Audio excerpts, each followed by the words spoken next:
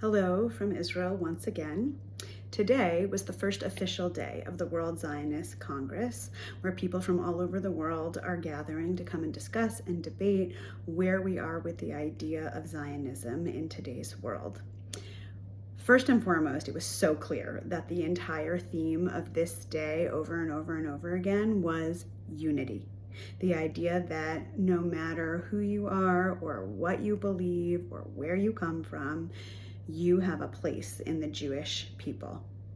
Now, I have to imagine that that theme was very carefully crafted and cultivated for today because of the sad nature of the fracturing of the Jewish people that has happened over the course of these last 2 years.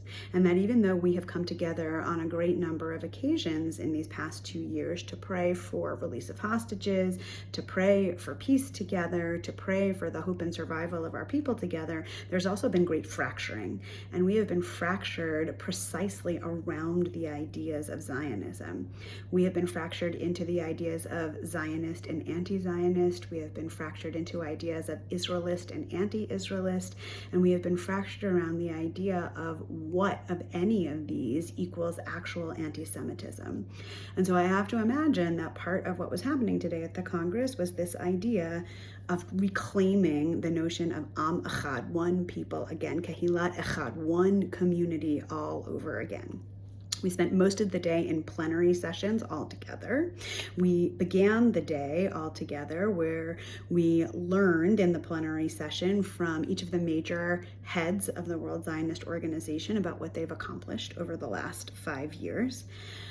And then all together, we cried as we heard a presentation from the parents of Omer Maxim Nutra, who is an American citizen who was serving in the IDF, who was killed on October 7th, whose body was taken into Gaza, and whose body is still in Gaza. These parents are still waiting for their child to come home so that they can bury him. And we stood together in solidarity and honored who they are and what they believe in. In the early afternoon, we split into panel sessions. I went to a panel entitled Between Progressivism and Anti-Semitism. There were 5 panelists, 2 heads of universities, 1 head of federation from a country outside of the United States, and the CEO of the Israeli Opera House. And the moderator asked these panelists 2 essential questions. The first question was, are progressivism and Zionism necessarily mutually exclusive? To which the answer is no, and to which the panelists all conclusively said no. And the second question is every progressive critique of Zionism automatically anti-Semitism? To which the answer is also no, and to which all the panelists conclusively said no.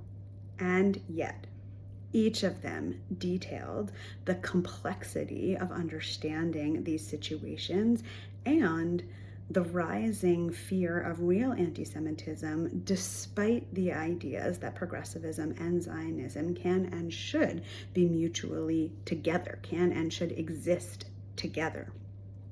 Each of the panelists charged us as Jewish leaders to continue to educate around the issues of progressivism and Zionism and to continue to detail some of the complexities and compound identities that go into those words and those beliefs.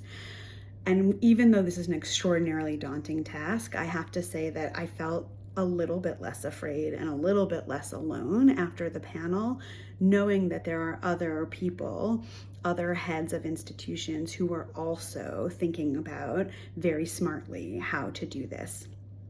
We then all came back together for evening plenary. We had the tremendous pleasure of hearing from the President of Israel, Isaac Herzog, who thanked us deeply for helping Israelis feel less alone over the last 2 years, less alone in their pain and less alone in their anguish and fear, and that was very moving.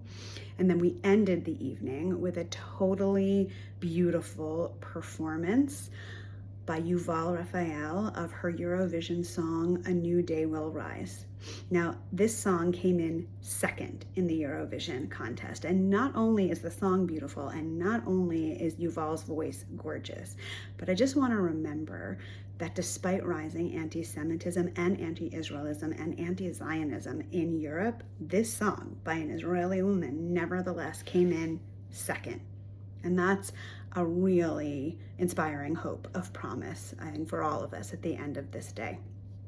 And so we come to the end of the second day, this idea of unity and togetherness. And I think what the Congress was really trying to do is charge each and every one of us to remember some of the original ideas around the Zionist dream and what it means, and asking each of us to dig deep into the roots of our history of what the possibility of promise could be.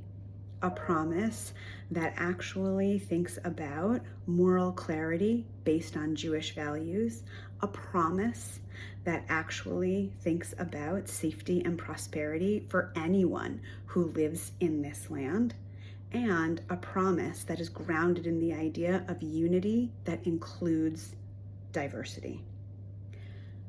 So we spent most of the day on togetherness and unity. I hope we can continue that promise as we head into deliberations tomorrow. We shall see. Have a good night.